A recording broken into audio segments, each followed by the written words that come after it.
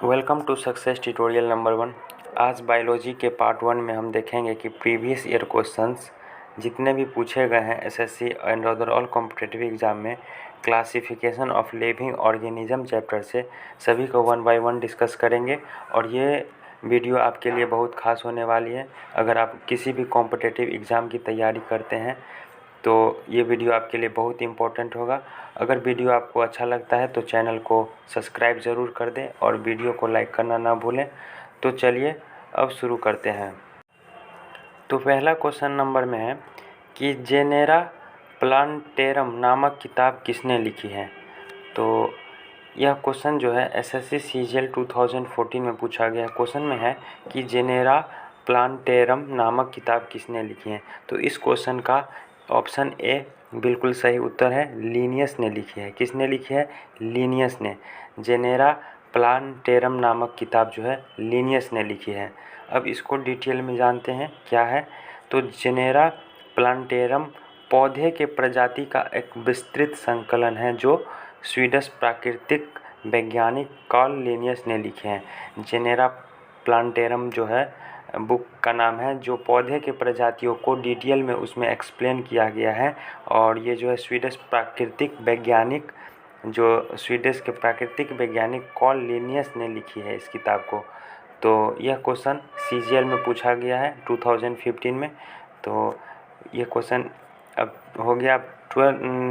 2nd number question पे चलते हैं। 2nd नंबर क्वेश्चन में है कि बॉटनिकल सर्वे ऑफ इंडिया का मुख्यालय कहाँ है। बॉटनिकल सर्वे ऑफ इंडिया का मुख्यालय कहाँ है।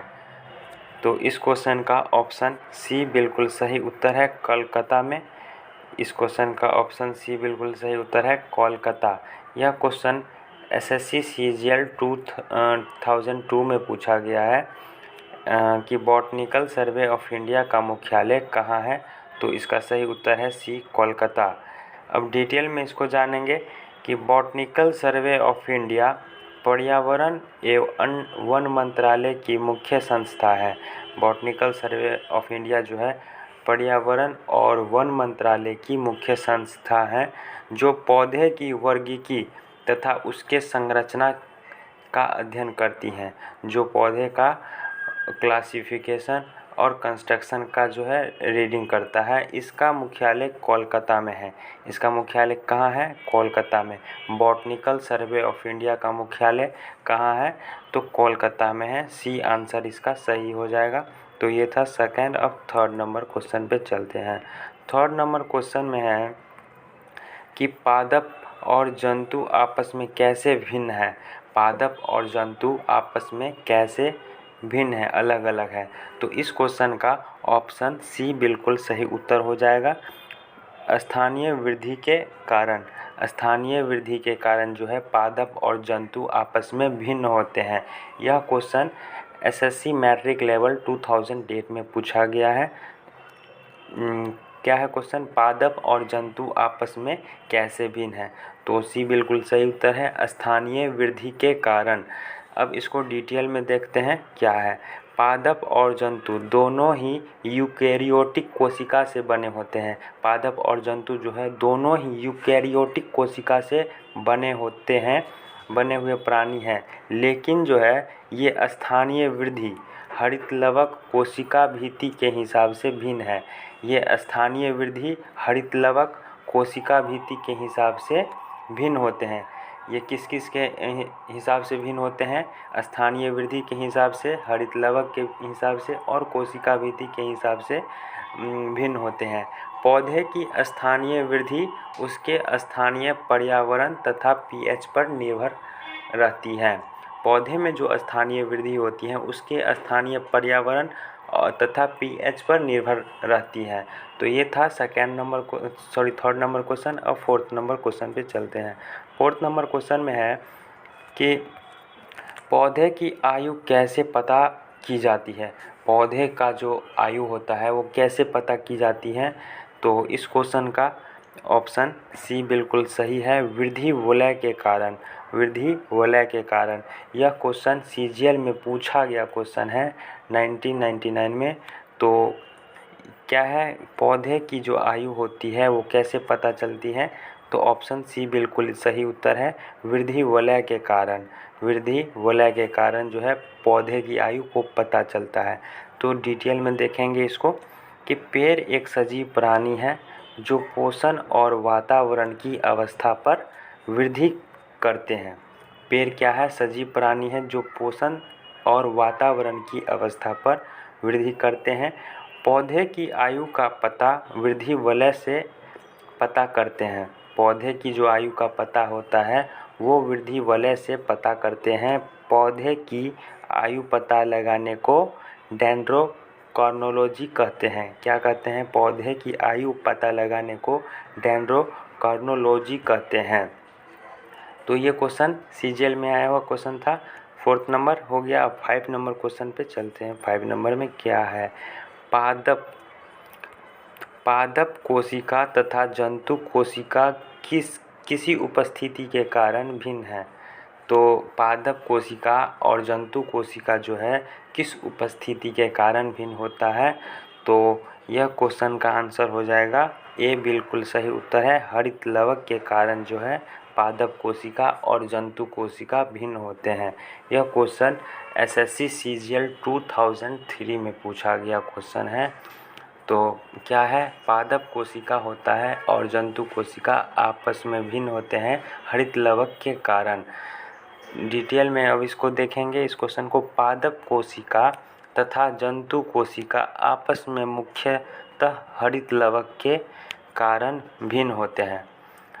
जंतु कोशिकाओं में हरित लवक अनुपस्थित होती है, मतलब नहीं पाई जाती है। जंतु कोशिका में हरित लवक नहीं पाई जाती है, लेकिन पादप कोशिका में उपस्थित होती है। लेकिन पादप कोशिका में जो है पाई जाती है।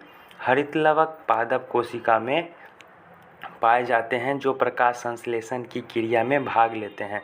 हरित लवक जो है पादप कोशिका में पाए जाते हैं जिसके द्वारा प्रकाश संश्लेषण होता है तथा एटीपी और एनडीपीएच के रूप में ऊर्जा संग्रहित करते हैं। और जो है एटीपी और एनडीपीएच के रूप में ऊर्जा संग्रहित करते हैं ये हरित लवक। तो ये था 5 नंबर क्वेश्चन। अब 6 नंबर क्वेश्चन पे चलते हैं। 6 नंबर में क्या है? 6 नंबर में है स्पंज क्या है? स्पंज क्या है? तो स्पंज क्या है? यह question SSC 10+2 data entry operator LDC 2012 में पूछा गया क्वेश्चन है। इस क्वेश्चन का सी बिल्कुल सही उत्तर हो जाएगा। एक जीव, स्पंज एक क्या है? जीव है। स्पंज क्या है? एक जीव है। ये क्वेश्चन जो है इम्पोर्टेंट क्वेश्चन है। स्पंज क्या है? तो एक जीव है। अब इसको डिटेल में देखेंगे। स्पंज एक जलीय जीव होता है। स्पंज क्या है? एक जलीय जीव है जो पॉडीफेरा फाइलम का सदस्य है। किसका सदस्य है? पॉडीफेरा फाइलम का सदस्य है। झिल्ली नुमा शरीर के साथ लचीला कंकाल तंत्र पाया जाता है। इसका शरीर जो होता है झिल्ली नुमा शरीर होता है और लचीला कंकाल तंत्र पाया जाता है।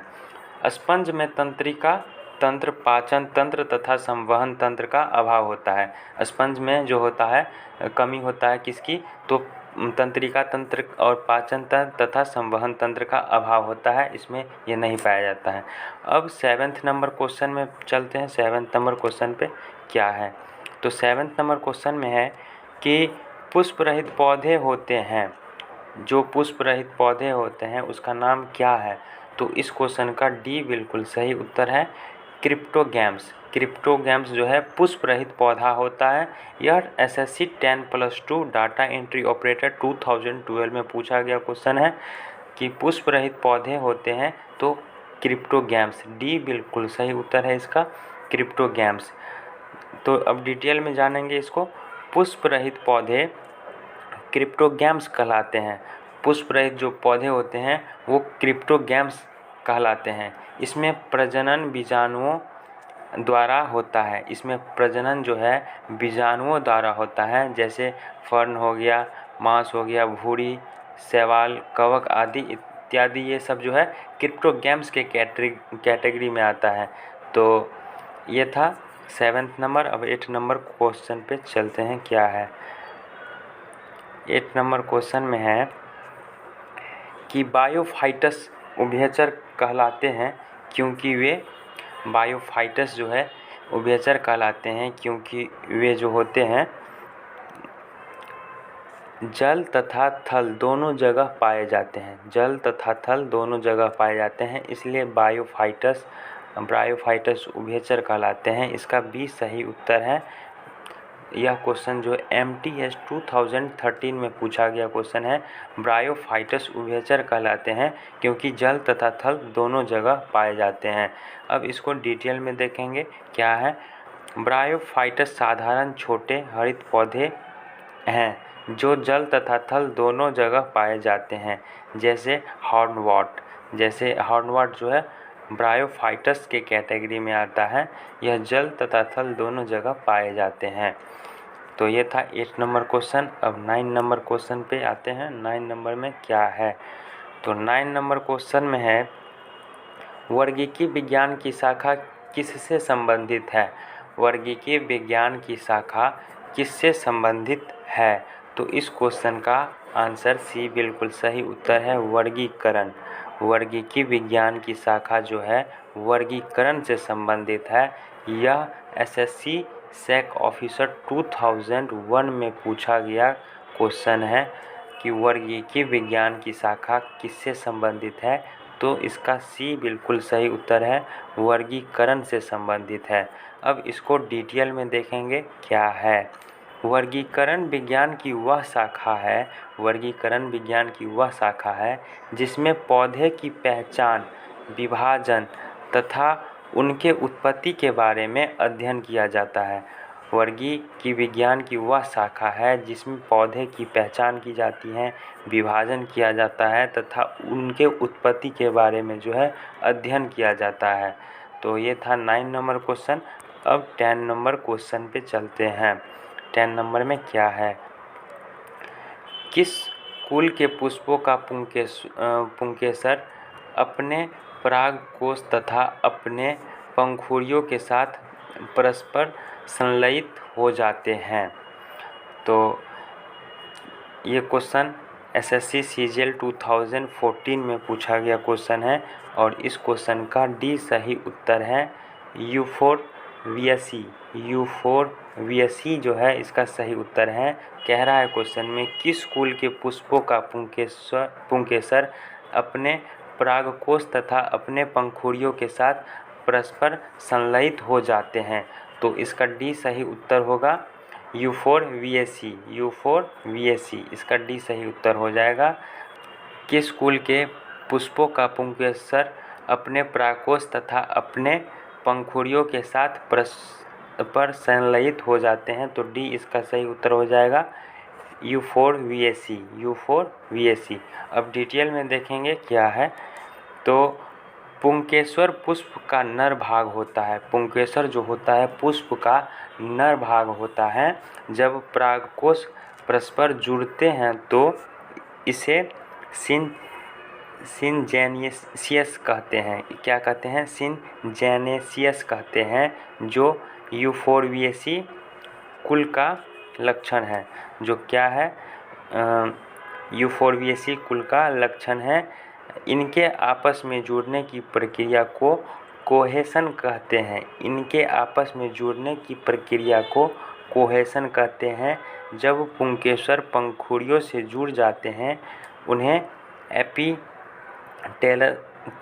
एपीपेटल्स कहते हैं। एपीपेटल्स कहते हैं। तो जब पुंकेसर पंखुड़ियों से जुड़ जाते हैं उन्हें क्या कहते हैं, एपीपेटल्स कहते हैं। जब पुंकेसर पंखुड़ियों से जुड़ जाते हैं तब उन्हें एपीपेटल्स कहते हैं। तो ये था 10 नंबर क्वेश्चन। अब 11th नंबर क्वेश्चन पे चलते हैं। 11th नंबर क्वेश्चन में क्या है। 11th नंबर क्वेश्चन में कह रहा है कि दालें किस कुल से प्राप्त होती हैं। दालें किस कुल से प्राप्त होती हैं।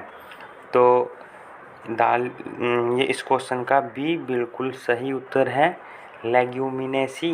लेग्यूमिनेसी यह क्वेश्चन CGL 2015 में पूछा गया है कि दालें जो है किस कुल से प्राप्त होती हैं, तो इसका सही उत्तर हो जाएगा लेग्यूमिनेसी। दालें जो है किस कुल से प्राप्त होती हैं, तो इसका सही उत्तर हो जाएगा लेग्यूमिनेसी। अब इसको डिटेल में जानेंगे कि दालें कृषि फसल का सबसे प्रोटीन युक्त अनाज होता है। दाल में सबसे प्रोटीन ज़्यादा पाया जाता है, ये लेग्यूमिनेसी कुल के सदस्य होते हैं। ये नाइट्रोजन स्थिरीकरण में सहायक होता है, ये नाइट्रोजन स्थिरीकरण में बहुत ही सहायक होता है। तो आज के लिए बस इतना ही। अगर आपको वीडियो अच्छा लगता है तो वीडियो को लाइक ज़रूर करें और चैनल को सब्सक्राइब ज़रूर करें, क्योंकि सभी इम्पोर्टेंट क्वेश्चन जो SSC एग्ज़ाम में पूछे गए हैं मैं डिस्कस इस चैनल पे करवाने वाला हूं। क्योंकि अगर आप किसी भी कॉम्पिटिटिव एग्ज़ाम की तैयारी करते हैं तो 80% क्वेश्चन प्रीवियस ईयर से पूछे जाते हैं, जो 20% होता है एक्स्ट्रा आते हैं, बाकी 80% रिपीटेड क्वेश्चन रहता है। अगर प्रीवियस ईयर क्वेश्चन आप या रिवीजन करना चाहते हैं, देखना चाहते हैं, तो चैनल को सब्सक्राइब ज़रूर कर लें और वीडियो को लाइक ज़रूर कर दें। अगर वीडियो आपको अच्छा लगता है तो कमेंट बॉक्स में कमेंट करें, और आपको किस चीज़ का वीडियो चाहिए तो वो भी कमेंट करें, मैं वीडियो कोशिश करूँगा प्रोवाइड करने के लिए। Okay, thank you for watching. मिलते हैं अगले वीडियो में, classification of living organism part 2 में फिर मिलते हैं। Okay, thank you.